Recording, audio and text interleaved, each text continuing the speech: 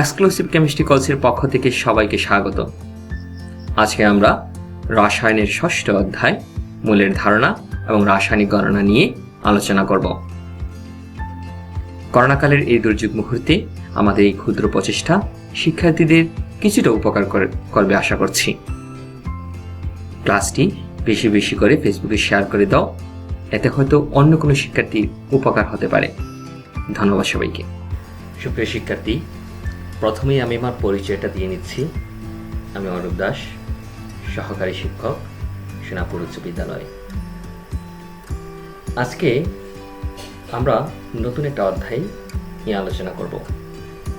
আমাদের আজকে আমরা ষষ্ঠ অধ্যায়ে অর্থাৎ মূলের ধারণা এবং রাসায়নিক গণনা চ্যাপ্টারটা শুরু করব। তো প্রথমেই এই চ্যাপ্টারের নামটা নিয়ে আমি একটু বিশ্লেষণ করতে চাই। প্রথমেই যে বিষয়টা আছে সেটা হচ্ছে মূলের ধারণা এবং রাসায়নিক গণনা। দুটো বিষয়, একটা হচ্ছে মূলের ধারণা আর একটা হচ্ছে রাসায়নিক গণনা। তো মূলের ধারণা এই অংশটা নিয়ে আমি একটু আলোচনা করতে চাচ্ছি যে মূলের যে ধারণা, এই শব্দটি আসলে কি বুঝি। ঠিক আছে, যেমন আমি যদি তোমাদেরকে বলি যে একটি আম, তোমাদের চোখের সামনে নিশ্চয়ই একটি আমের ছবি ভেসে উঠছে। আমি যদি তোমাদেরকে বলি একটি ফুটবল, তোমাদের চোখের সামনে ভেসে উঠছে একটি ফুটবল, তাই না?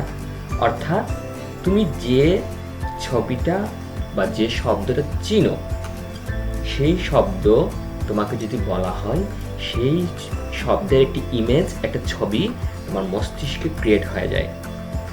কিন্তু তোমাকে যদি এমন কোনো শব্দ বলা হয় যে শব্দ দিয়ে তোমার কোনো ইমেজ ক্রিয়েট হওয়ার কথা নয়, অর্থাৎ এই শব্দ সম্পর্কে তোমার কোনো ধারণাই নেই, যেমন আমি যদি তোমাকে বলি চুংচাং চিংচাং লাইক দ্যাট, তখন তোমার চোখের সামনে অর্থাৎ তোমার মস্তিষ্কে কি ভেসে উঠছে? তোমার চোখের সামনে নিশ্চয়ই একটি চাইনিজ কিছু শব্দ এবং চীনা মানুষের কিছু ছবি ভেসে উঠছে। কারণ এই শব্দগুলো দিয়ে আদৌ কি বোঝাচ্ছে, কোনো খাবারের কথা বোঝাচ্ছে নাকি কোনো জায়গার কথা বোঝাচ্ছে, আসলে তুমি তা জানো না। যদি চাইনিজ ভাষা তোমার জানা থাকে তাহলে হয়তো অন্য কথা, কিন্তু তোমার যদি জানা না থাকে তাহলে নিশ্চয়ই তোমার চোখের সামনে কোনো কিছু ছবি ভেসে উঠবে না। তাহলে এইটা থেকে আমরা এইটাই বুঝলাম যে যে শব্দ তোমার জানা থাকে ওই শব্দ বিষয়ে সেই শব্দের একটি ছবি অটোমেটিকলি আমাদের মস্তিষ্কে ক্রিয়েট হয়ে যায়।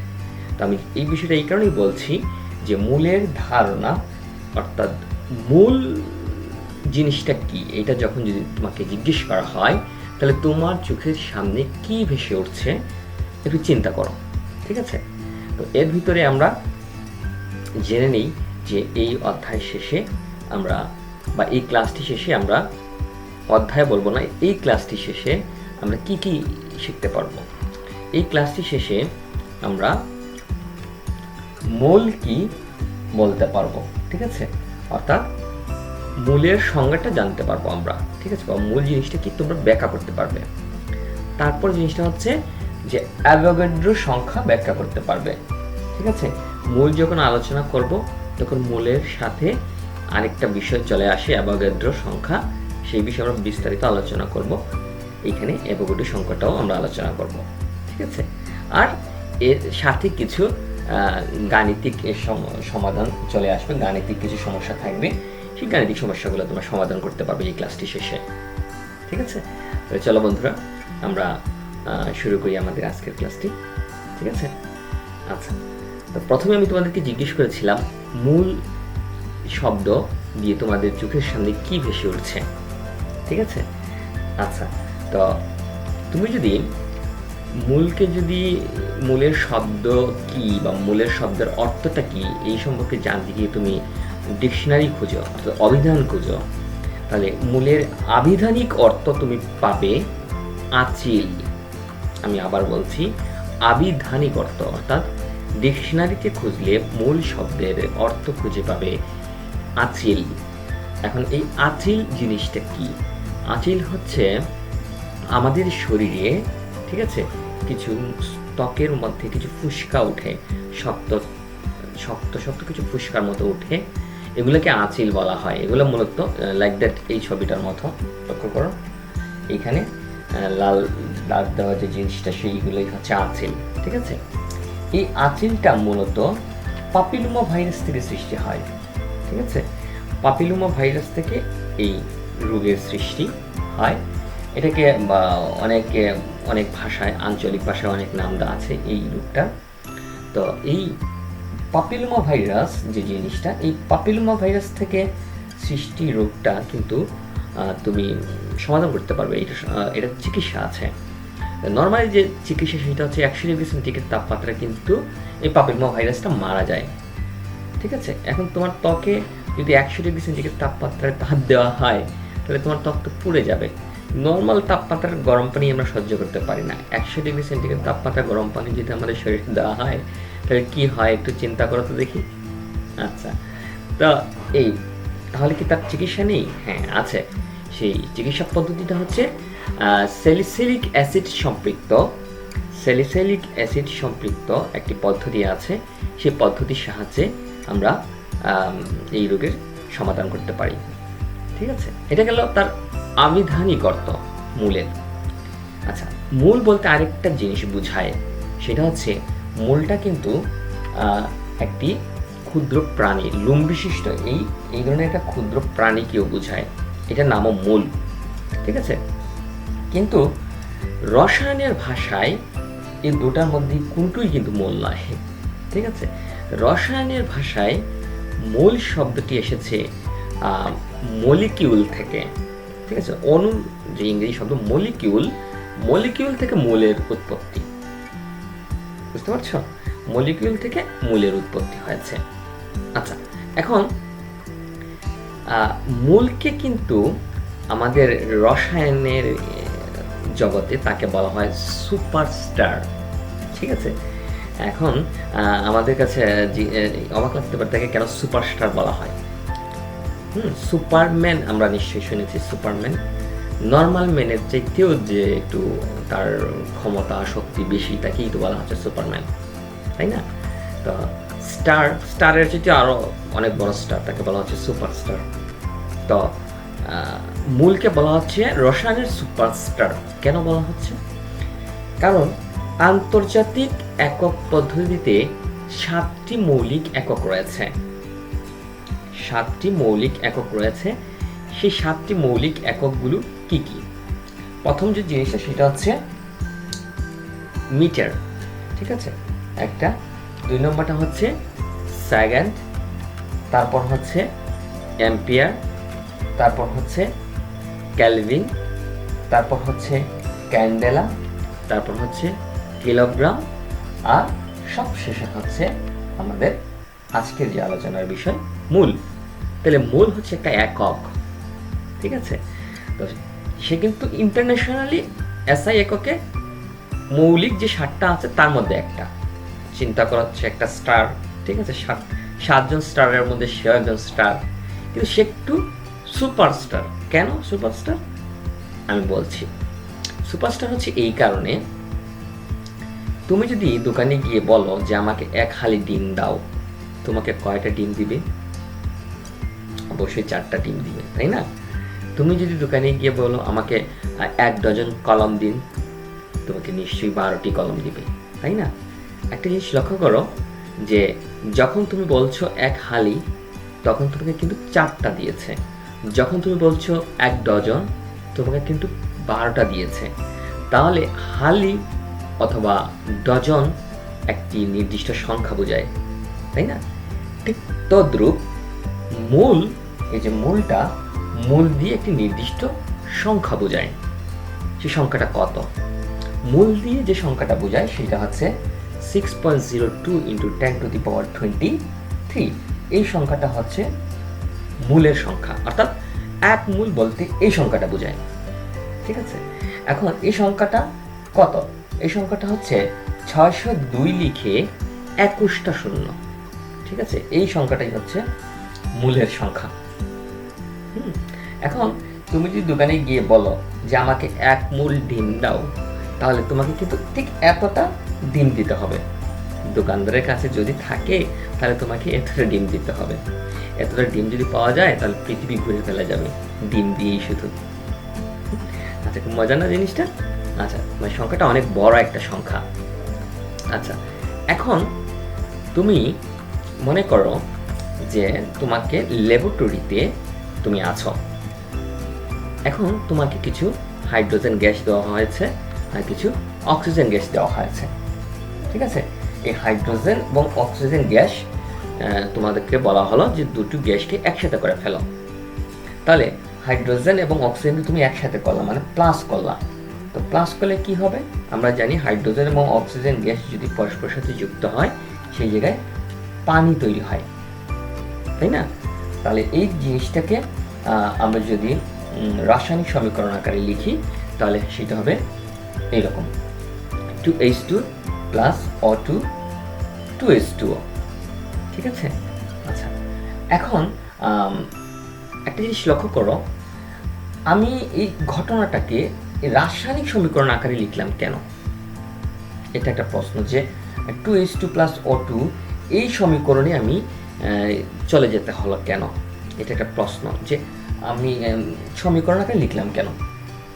তাহলে একটা জিনিস লক্ষ্য করো যে সেখানে এই সমীকরণে যদি লক্ষ্য করো তাহলে দেখা যাচ্ছে যে 2 অণু, ঠিক আছে? 2 অণু হাইড্রোজেন, ঠিক আছে, আর 1 অণু অক্সিজেন পরস্পরের সাথে বিক্রিয়া করে 2 অণু পানি উৎপন্ন করেছে, তাই না? এখন একটা জিনিস লক্ষ্য করছো কি, আমি যখন বলছি তখন কিন্তু আমি আর 2 গ্যাস বলছি না বা 1 গ্যাস বলছি না বিক্রিয়কের দিকে। কারণ রসায়নের মজাটা এই জায়গায়। রসায়নের মূল বা একজন রসায়নবিদ একেবারে ক্ষুদ্রাতি ক্ষুদ্র জায়গায় গিয়ে আলোচনা করতে পছন্দ করেন, একেবারে অণু, পরমাণু, ইলেকট্রন পর্যায়ে গিয়ে আলোচনা করেন। যেমন আমি বলছি 2 অণু হাইড্রোজেন, 1 অণু অক্সিজেন বিক্রিয়া করে 2 অণু পানি উৎপন্ন করেছে, অর্থাৎ একেবারে অণুর পর্যায়ে গিয়ে আলোচনা করছি, ঠিক আছে? অর্থাৎ ক্ষুদ্রাতি ক্ষুদ্র পর্যায়ে গিয়ে। এখন এই জিনিসটাকে যদি আমি গাঠনিকভাবে দেখাই তাহলে মনে করো এটা হচ্ছে একটা হাইড্রোজেন অণু। তাহলে কয়টা হাইড্রোজেন অণু আসবে? 2টা, ঠিক আছে? আরেকটা হাইড্রোজেন অণু আসলো, তাহলে 2টা হাইড্রোজেন অণু আসছে। এখন অক্সিজেন অণু কয়টা? একটা অক্সিজেন অণু, ঠিক আছে? এখন 2টা হাইড্রোজেন অণু একটা অক্সিজেন অণুর সাথে যুক্ত হবে, বিক্রিয়া করবে, ঠিক আছে? প্লাস হলো, বিক্রিয়া করে কি উৎপন্ন করবে? পানি। কয় অণু পানি উৎপন্ন করবে? H2O। 1 অণু কি না, 2 অণু আরেক কোনো পানি উৎপন্ন করেছে। এটা হচ্ছে এই রাসায়নিক সমীকরণ। অর্থাৎ রাসায়নিক সমীকরণের মজাটা হচ্ছে যে তুমি রাসায়নিক সমীকরণ দেখলেই তুমি বুঝতে পারবা কয় অণু বিক্রিয়া করেছে, কতটা পরমাণু বিক্রিয়া করেছে, কতটা ইলেকট্রন বিক্রিয়া করেছে, এই বিষয়গুলো তুমি জানতে পারবা রাসায়নিক সমীকরণ থেকে। এটা হচ্ছে রাসায়নিক সমীকরণের মজার বিষয়, ঠিক আছে? আচ্ছা, তাহলে আমাদের বইয়ে মূলের যে সংজ্ঞাটা দেওয়া আছে সেই সংজ্ঞাটাতে কি বলা আছে? সেই সংজ্ঞাটাতে বলা আছে যে কোনো পদার্থের যতটুকু পরিমাণে 6.02 × 10⁻23টি অণু, পরমাণু বা আয়ন থাকে। আমি আবার বলছি, কোনো পরমাণুর যতটুকু পরিমাণে, এখন সেটা হতে পারে এতটুকু, সেটা হতে পারে এতটুকু, সেটা হতে পারে এতটুকু, ঠিক আছে? যতটুকু পরিমাণের মধ্যে 6.02 × 10⁻23টি অণু থাকে, পরমাণু থাকে অথবা আয়ন থাকে, আয়ন বলতে ইলেকট্রনের কথা বলছেন, সেই পরিমাণটুকে বলা হচ্ছে মোল। সহজ বিষয়। এখন আমার যদি এতটুকু পরিমাণের মধ্যে এতটা অণু থাকে তাহলে এই পরিমাণটা হচ্ছে 1 মোল। এতটুকু জায়গার মধ্যে, এতটুকু পরিমাণের মধ্যে যদি এতটা অণু থাকে তাহলে সেই এতটুকু জায়গায় হচ্ছে 1 মোল। কোন যে পদার্থের বেলায় এইটা হবে সেই পদার্থের 1 মোল, ঠিক আছে? তাহলে 1 মোল বলতে আমরা ওই সংখ্যাটাকে বুঝতে পারছি, 6.02 × 10⁻23, এই সংখ্যাটাকে আমরা বলছি 1 মোল, এখন এতটি অণু হতে পারে, আমরা যদি পরমাণুর কথা বলি, কতটা পরমাণু? 1 মোল। ঠিক এই সংখ্যাটাই হচ্ছে 1 মোল। মানে পরমাণুর পর্যায়ে যদি আলোচনা করো, তুমি যদি বলো কতটা ইলেকট্রন হলে 1 মোল হবে, এই সংখ্যাটাই। ঠিক আছে, এই 6.02 × 10⁻23টি ইলেকট্রন হলে 1 মোল হবে। এবং অনেকের মনে প্রশ্ন রাখতে পারে, অণু, পরমাণু, ইলেকট্রন কি একই বিষয়? না, তুমি যত ক্ষুদ্রাতি ক্ষুদ্র পর্যায়ে যাবে তার চিন্তা ভাবনা বিশ্লেষণগুলো অন্য ধরনের হবে। ঠিক আছে, আচ্ছা, এখন এই যে 6.02 × 10⁻23 এই সংখ্যাটিকে বলা হচ্ছে অ্যাভোগাড্রো সংখ্যা। ঠিক আছে, এখন এই অ্যাভোগাড্রো সংখ্যাটা কি? এই অ্যাভোগাড্রো সংখ্যাটা আসলে কোথা থেকে? আমাদের মনে প্রশ্ন রাখতে পারে। আচ্ছা, অ্যাভোগাড্রো হচ্ছেন একজন ইতালিয়ান বিজ্ঞানী, এমিলিও অ্যাভোগাড্রো। ঠিক আছে, এই এমিলিও অ্যাভোগাড্রো কিন্তু নিজে কিন্তু এই সংখ্যাটা আবিষ্কার করেননি। মানে উনি এই 6.02 × 10⁻23 সংখ্যাটা আবিষ্কার করেননি। এটা অনেক দুঃখের বিষয়। তাহলে মনে প্রশ্ন রাখতে পারে, তাহলে কে আবিষ্কার করেছেন, তাই না? এমিলিও অ্যাভোগাড্রো একটা প্রকল্প দিয়েছিলেন, একটা তত্ত্ব বা একটা প্রস্তাব করেছিলেন। প্রকল্প মানে হচ্ছে এইরকম বিষয়টা, মনে করো আমি চিন্তা করলাম যে আমি একটা পুকুর করব, পুকুরে কিছু মাছ ছাড়বো, কিছু বাগান করব পুকুরের পাড়ে, তারপর সেখান থেকে আমি লেবু বিক্রি করব, কিছু ব্যবসা হবে। এই জিনিস টোটাল ঘটনাটাই হচ্ছে একটা প্রকল্প, আমার চিন্তা। ঠিক আছে, আচ্ছা, তো এমিলিও অ্যাভোগাড্রো নিজে কিন্তু প্রত্যক্ষভাবে এই সংখ্যাটা আবিষ্কার করেননি। তিনি শুধু 1811 সালে একটি প্রকল্প প্রস্তাব করেছিলেন। ঠিক আছে, তাহলে সংখ্যাটা আবিষ্কার করলো কে? আমাদের মনে তখন প্রশ্ন জাগে, উনি যদি আবিষ্কারই না করেন তাহলে এটা আবার ওনার নাম অনুসারে হলো কেন? নিশ্চয়ই কেউ আবিষ্কার করেছে। হ্যাঁ, আবিষ্কার করেছেন অস্ট্রিয়ার রসায়ন শিক্ষক জোসেফ লসমিউট। ঠিক আছে, জোসেফ লসমিউট আবিষ্কার করেছিলেন এই সংখ্যাটা।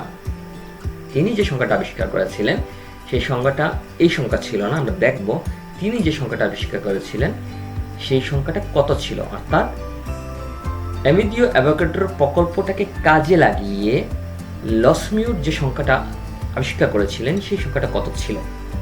ঠিক আছে, আচ্ছা, তো লসমিউট 1865 সালে উনি এমিলিও অ্যাভোগাড্রোর প্রকল্পটাকে কাজে লাগিয়ে একটি সংখ্যা আবিষ্কার করেছিলেন, প্রায় কাছাকাছি সংখ্যা বলা যেতে পারে। তো তিনি আবিষ্কার করেছিলেন, কিন্তু দুঃখের বিষয় সেটা হচ্ছে এমিলিও অ্যাভোগাড্রো এই সংখ্যাটা দেখে যেতে পারেননি। এখন আমাদের মনে প্রশ্ন জাগতে পারে যে কেন দেখে যেতে পারেননি? কারণ তিনি মৃত্যুবরণ করেছিলেন 1856 সালে। ঠিক আছে, 1856 সালে তিনি মৃত্যুবরণ করেন। আর 1865 সালে লসমিউট সেটা আবিষ্কার করেছিলেন। এই যে 56 এবং 65, মজার বিষয় দেখো, 65 সালে লসমিউট আবিষ্কার করেছেন আর 56 সালে তিনি মৃত্যুবরণ করেছেন। উল্টালে কিন্তু একই সংখ্যা হচ্ছে, লাস্টের সংখ্যা দুটো। ঠিক আছে, আচ্ছা, এখন পরবর্তীতে ফ্রান্সের পদার্থবিদ জিয়ান পেরিন, ঠিক আছে, ধ্রুবকটির নাম প্রস্তাব করেছিলেন, অর্থাৎ এই যে সংখ্যাটা, এই সংখ্যাটা নাম প্রস্তাব করেছিলেন অ্যাভোগাড্রোর নামে নামকরণ করার জন্য। ঠিক আছে, এটা ছিল অ্যাভোগাড্রোর বিষয়টা। আচ্ছা, তাহলে অ্যাভোগাড্রো যে প্রকল্পটা দিয়েছিলেন সেই প্রকল্পটার সূত্রটা কি ছিল? সেই প্রকল্পের সূত্রটা ছিল, আমি একটু বলছি, সবাই একটু লক্ষ্য করো। সেই প্রকল্পের সূত্রটা ছিল এইরকম: একই তাপমাত্রা ও চাপে সম আয়তন বিশিষ্ট সকল গ্যাসে সমান সংখ্যক অণু থাকে। কথাটা খুবই গুরুত্বপূর্ণ। ঠিক আছে, একই তাপমাত্রা মানে কি? সব মানে তুমি যতগুলো যেখানেই যত গ্যাস রাখো না কেন সবগুলোকে এক তাপমাত্রায় রাখতে হবে।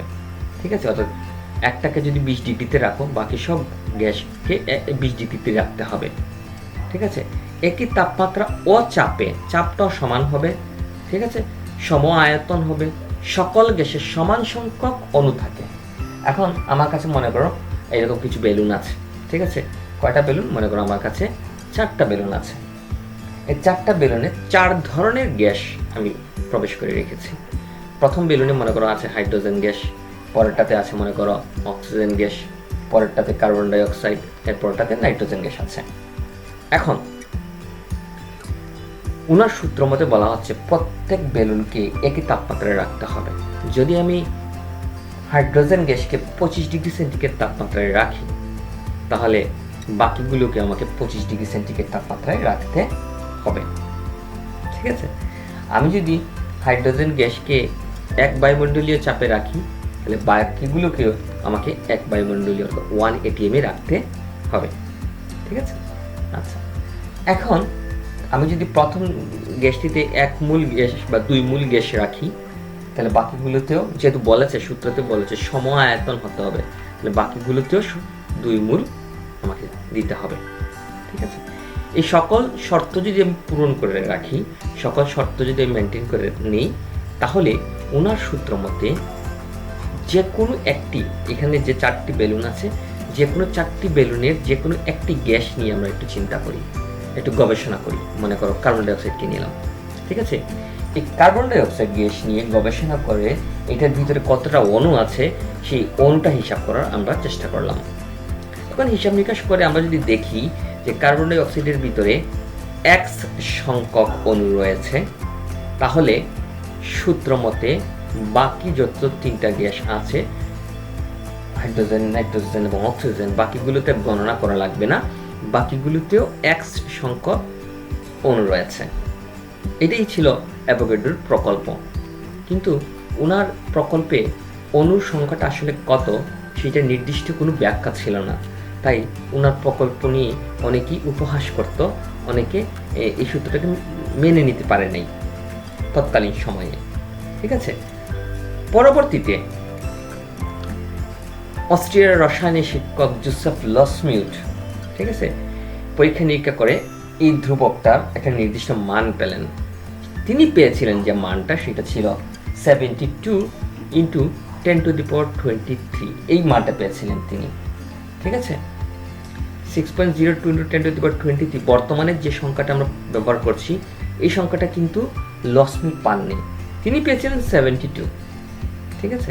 আচ্ছা, পরবর্তীতে ব্রাউনীয় গতি যখন আবিষ্কার হয়, ব্রাউনীয় গতি আবিষ্কারের পর পেরিন, ঠিক আছে, ফ্রান্সের পদার্থবিদ পেরিন ধ্রুবকটির মান পুনরায় বের করলেন। তো তিনি যে মানটা পেয়েছিলেন, তিনি পেয়েছিলেন 6.7 × 10⁻23, প্রায় কাছাকাছি, ঠিক আছে? আচ্ছা, তারপর যখন মিলিকনের তৈলবিন্দু পদ্ধতি আবিষ্কৃত হয়, তখন এই ধ্রুবকটির মান বের হয়েছিল 6.604 × 10⁻23, প্রায় কাছাকাছি চলে গিয়েছে। কিন্তু সবচাইতে বর্তমানে যেটা, সেটা ছিল পরমাণুর ক্যালাস গঠন। যখন মানুষ জেনে গেছে, সেই ক্যালাস গঠন যখন মানুষ সম্পর্কে ধারণা পেয়ে গেছে, তখন সঠিকভাবে এটা পরিমাপ করা গেছে এবং সেই মানটা বের হয়েছিল 6.022133 × 10⁻23। এটাই ছিল আমাদের বর্তমান অ্যাভোগাড্রো সংখ্যা। অ্যাভোগাড্রো সংখ্যা কিন্তু নিজে এমিলিও অ্যাভোগাড্রো আবিষ্কার করে যাননি, এটা ধাপে ধাপে ধাপে ধাপে বর্তমান পর্যায়ে এসে পৌঁছেছে, ঠিক আছে?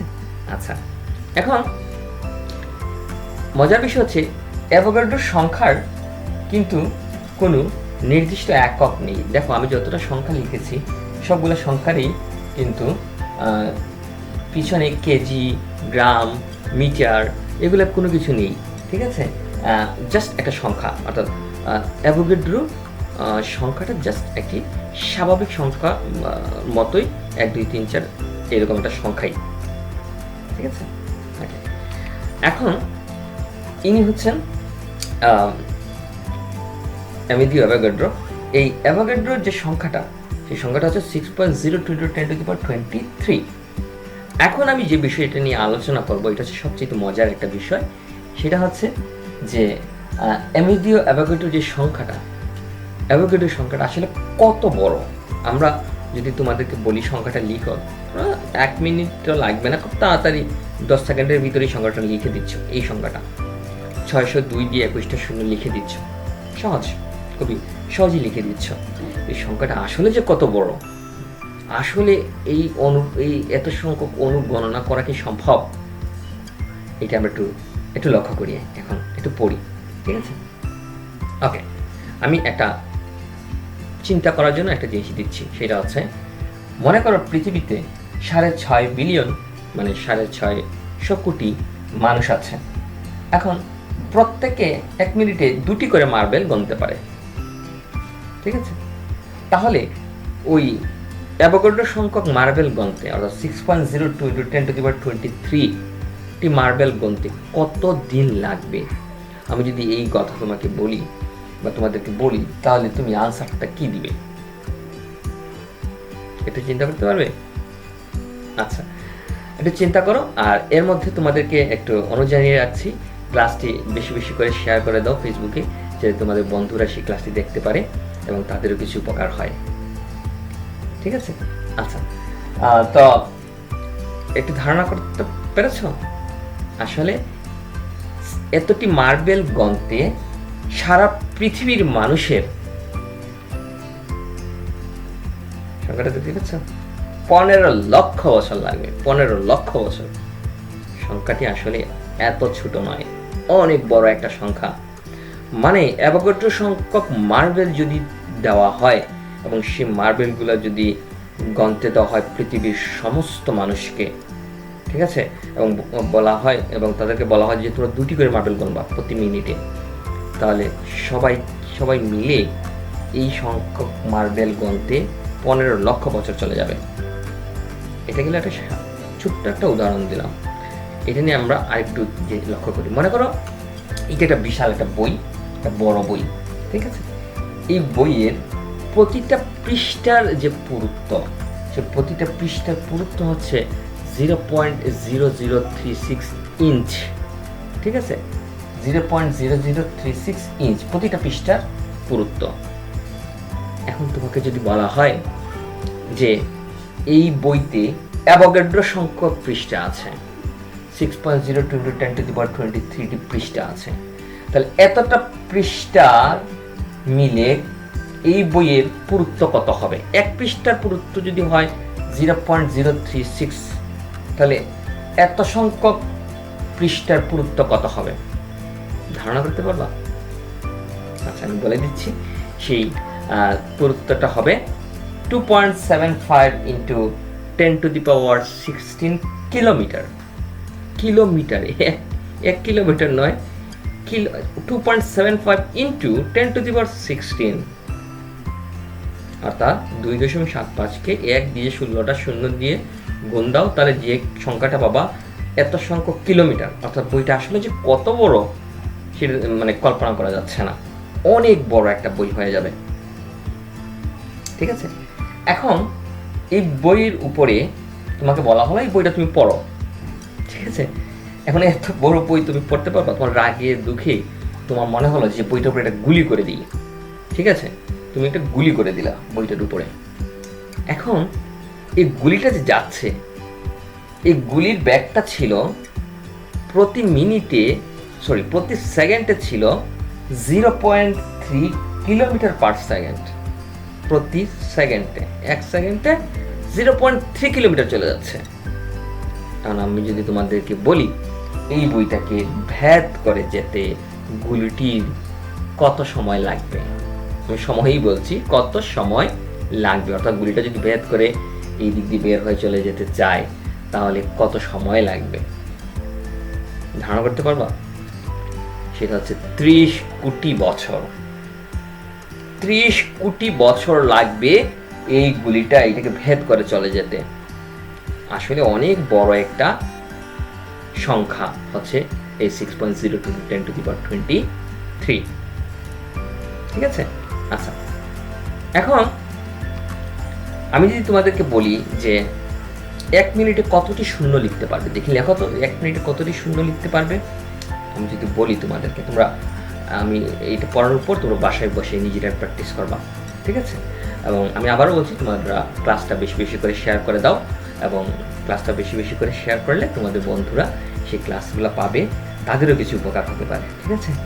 আচ্ছা, 1 মিনিটে কতটি শূন্য লিখতে পারবে তোমাদেরকে যদি বলা হয়, তাহলে দেখা যাবে কেউ হয়তো লিখেছে 160, কেউ হয়তো লিখেছে 140, কেউ হয়তো লিখেছে 150, মানে কোনো ভ্যারিয়েশন নাই, এক একজন এক এক সংখ্যা লিখতেই পারে, তাই না?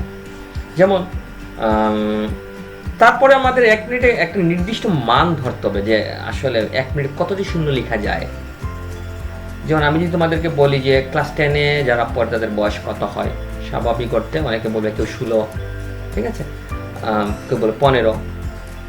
যারা এসএসসি পরীক্ষা দেয় তাদের সাধারণত বয়স থাকে 16 থাকে, ঠিক আছে। তো 9-এ যারা পড়ে তাদের বয়স 14 থাকে।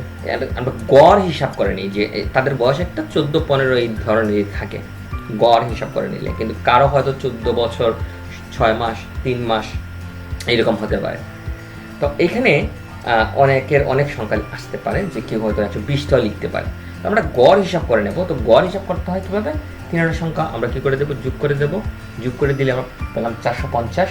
450কে আমরা ভাগ করে দেবো মোট সংখ্যা 3 দিয়ে ভাগ করলে আমরা পেয়ে গেলাম 150। অর্থাৎ একজন ব্যক্তি 1 মিনিটে 150টি শূন্য লিখতে পারে। তাহলে 60 মিনিটে কতটি শূন্য লিখতে পারবে? 1 মিনিটে যদি 150টি লিখতে পারে, তাহলে 60 মিনিটে লিখতে পারবে 9000টি। তাহলে 60 মিনিট মানে হচ্ছে 1 ঘন্টা, ঠিক আছে? তাহলে 1 ঘন্টায় লিখতে পারবে 9000টি।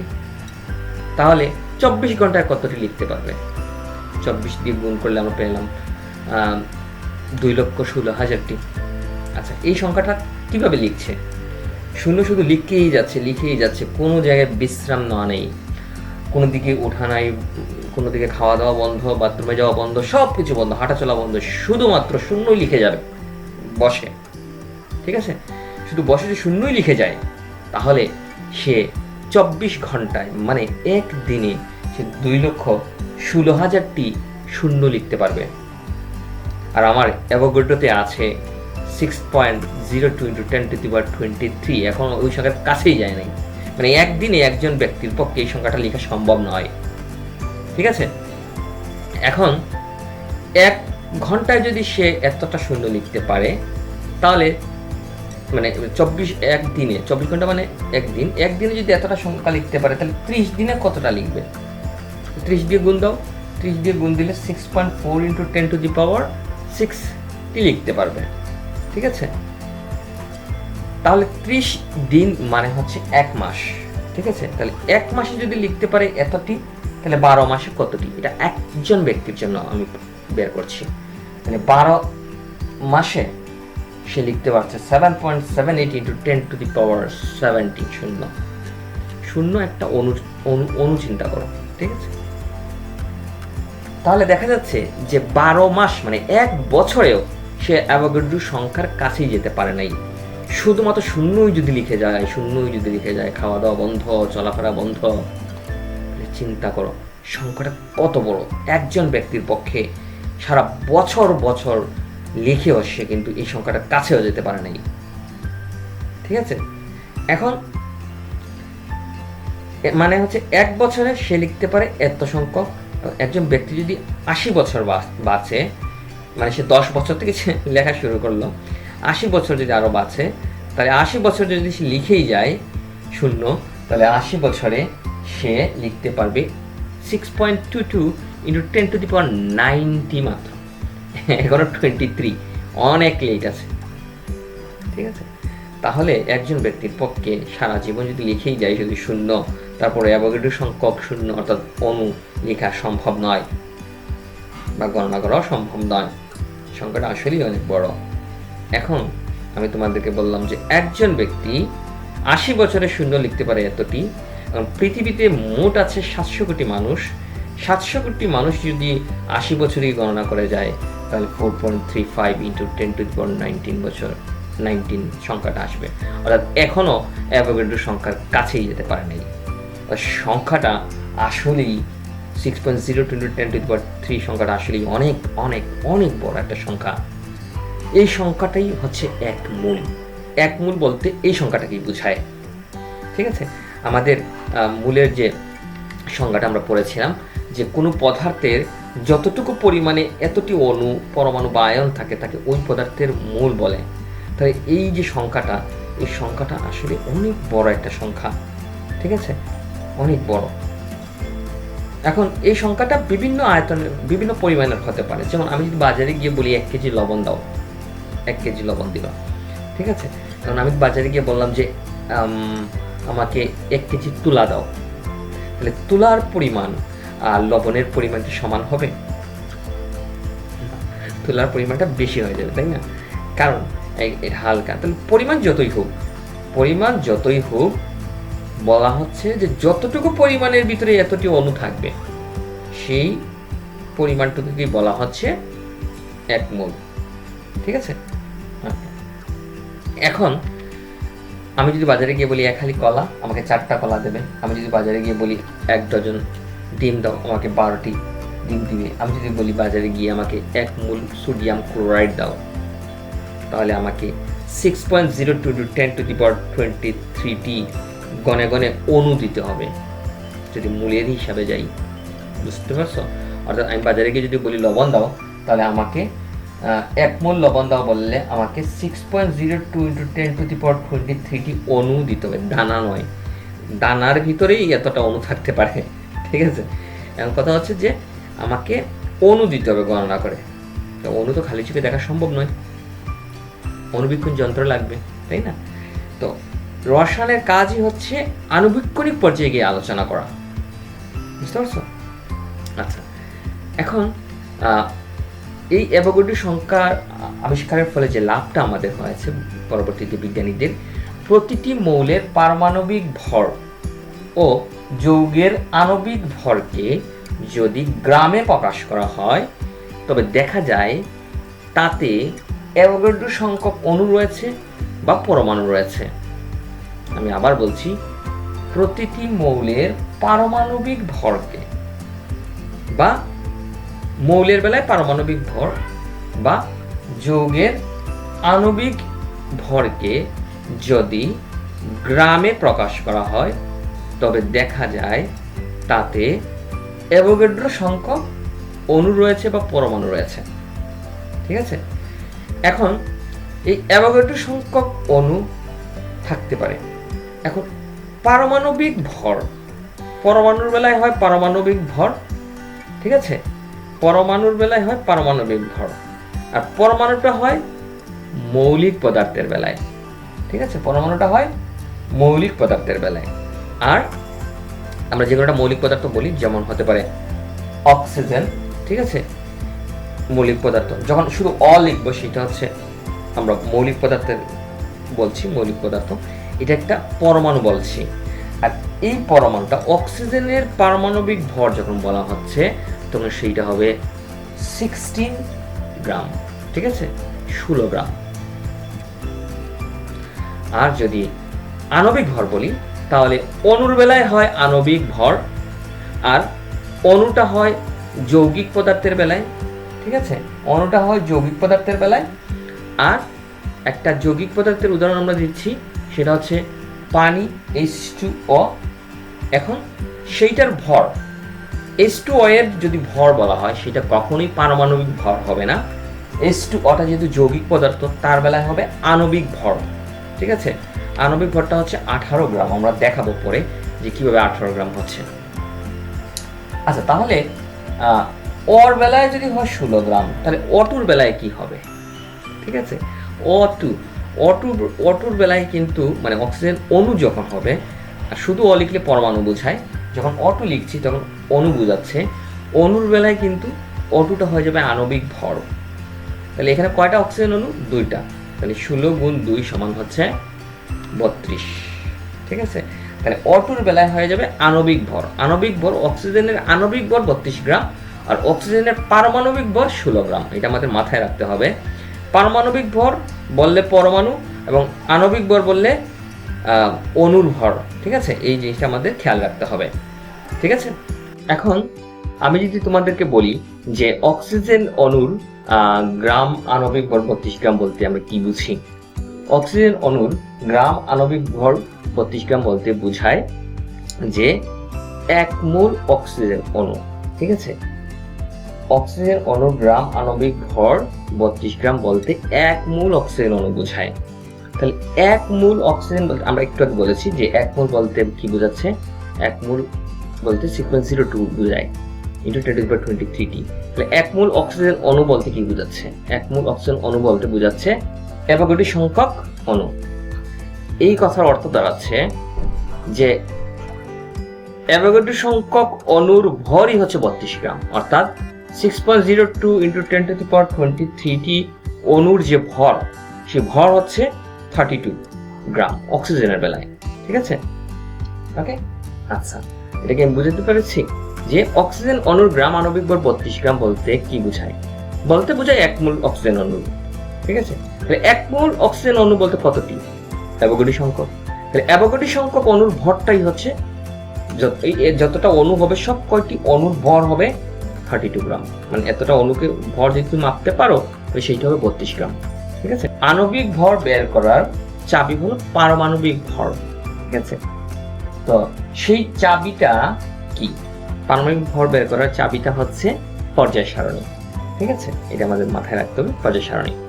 আর আমি যদি তোমাদেরকে বলি যে N2 এর আণবিক ভর বের করো, তো তাহলে তোমাকে প্রথমে যে জিনিসটা খেয়াল রাখতে হবে যে N2 এখানে কয়টা নাইট্রোজেন আছে? 2টি, ঠিক আছে? তো সেখানে একটি নাইট্রোজেনের যেহেতু আণবিক ভর বের করতে বলছে, বা আণবিক N2 যেহেতু অণু, সুতরাং আণবিক ভর বের করতে হবে, তাহলে আমাকে পারমাণবিক ভরটা জানতে হবে। কার? নাইট্রোজেনের। এটা কোথায় পাবো? পর্যায় সারণীতে পাবো। পর্যায় সারণীতে যাও, গিয়ে নাইট্রোজেনের পারমাণবিক ভরটা দেখো। নাইট্রোজেনের পারমাণবিক ভর কত দেওয়া আছে?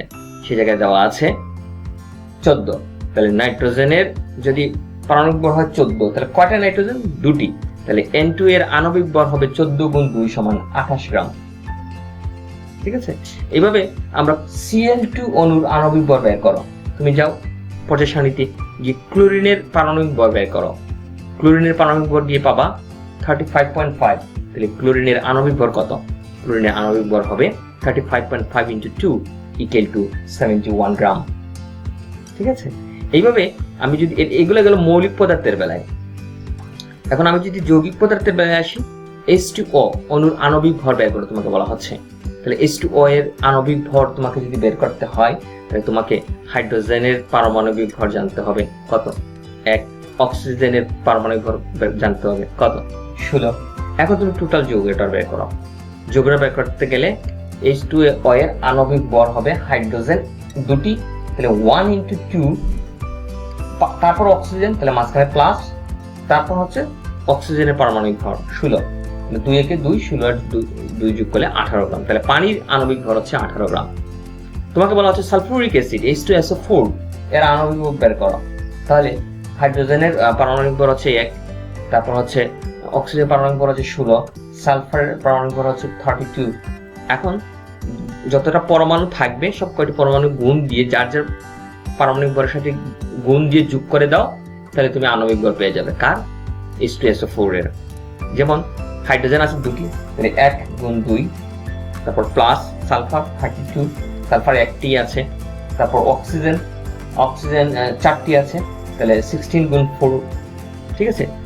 তারপর সবগুলো যোগ দিলে 98 গ্রাম বের হচ্ছে, ঠিক আছে? এইভাবে আমরা করতে পারি। তো এখন আমি যদি তোমাদেরকে বলি যে নাইট্রোজেন অণুর আণবিক ভর 28 গ্রাম, ঠিক আছে? এই কথার অর্থ কি দাঁড়াচ্ছে? নাইট্রোজেন অণুর আণবিক ভর 28 গ্রাম মানে হচ্ছে 1 মোল নাইট্রোজেন। নাইট্রোজেন অণুর আণবিক ভর 28 গ্রাম মানে হচ্ছে নাইট্রোজেন অণুর আণবিক ভর বলতে বোঝানো হচ্ছে 1 মোল নাইট্রোজেন, ঠিক আছে? নাইট্রোজেন অণুর আণবিক ভর মানে হচ্ছে 1 মোল নাইট্রোজেন। 1 মোল নাইট্রোজেনের ভর কত দাঁড়াচ্ছে? 28 গ্রাম। 1 মোল নাইট্রোজেনে কতটি অণু থাকবে? 6.02। তাহলে 6.02 into 1023টি নাইট্রোজেন অণুর ভর হচ্ছে 28 গ্রাম, ঠিক আছে? এইভাবে H2O এর আণবিক ভর 18 গ্রাম। তাহলে 1 মোল H2O equal to 18 gram H2O।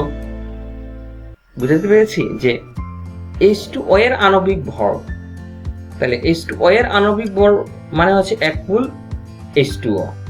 ঠিক আছে, তাহলে 1 মোল H2O তে কতটা থাকবে? 6.02 × 10⁻23 টি অণু H2O এর অণু। তাহলে এতটি অণুর ভর দাঁড়াবে কত? 18 গ্রাম। অর্থাৎ পানির এতটি অণুকে নিয়ে যদি তুমি ভর মাপতে পারো তাহলে তুমি তার ভরটা পাবে 18 গ্রাম। ঠিক আছে, ওকে। এখন আমরা যদি যাই যে 1 গ্রাম খাবার লবণে অণুর সংখ্যা হিসাব করো, এইটা আমি একটা দেখিয়ে দিচ্ছি, তারপর তোমাদেরকে বাড়ির কাজ দিয়ে দিব। 1 গ্রাম খাবার লবণে অণুর সংখ্যা হিসাব করতে বলছে। ওকে, খাবার লবণের সংখ্যাটা কি আমরা জানি?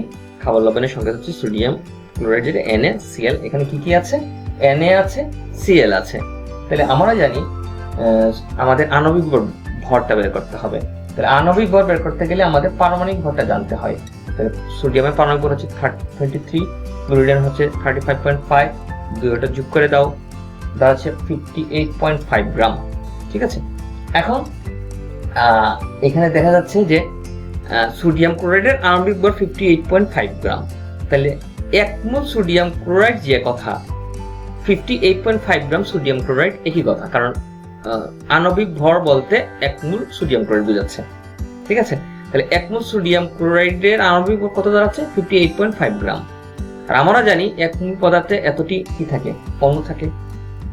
এর মানে হচ্ছে এতটি অণুর ভর হচ্ছে 58.5 গ্রাম। তাহলে আমাকে প্রশ্নে বলছে 1 গ্রাম খাবার লবণে অণুর সংখ্যা হিসাব করতে। তাহলে 58.5 গ্রামে অণু থাকে কতটা? অ্যাভোগাড্রো সংখ্যা। তাহলে 1 গ্রামে NaCl থাকে, ভাগ করে দাও, ভাগ করে দিলে আমরা পেয়ে যাব 1.02 × 10⁻22। ঠিক আছে, ওকে। এইটা যদি বুঝে থাকো তাহলে তোমরা বাকিগুলো পারবে। ঠিক আছে, তোমাদের উদ্দেশ্যে বাড়ির কাজ দিলাম। বাড়ির কাজগুলো হচ্ছে সালফুরিক অ্যাসিডের 1 গ্রামে কতটি অণু আছে এবং সালফুরিক অ্যাসিডের প্রতিটি অণু ভর কত, এই দুইটা তোমরা বাড়িতে বসে করার চেষ্টা করবে। আশা করি তোমরা পারবে। ধন্যবাদ সবাইকে। করোনাকালের এই সময়ে তোমরা বাড়িতে বসে পড়াশোনা করো এবং সর্বদা পরিষ্কার পরিচ্ছন্ন থাকবে এবং নিজেকে সেফে রাখার চেষ্টা রাখবে। ওকে, ধন্যবাদ সবাইকে।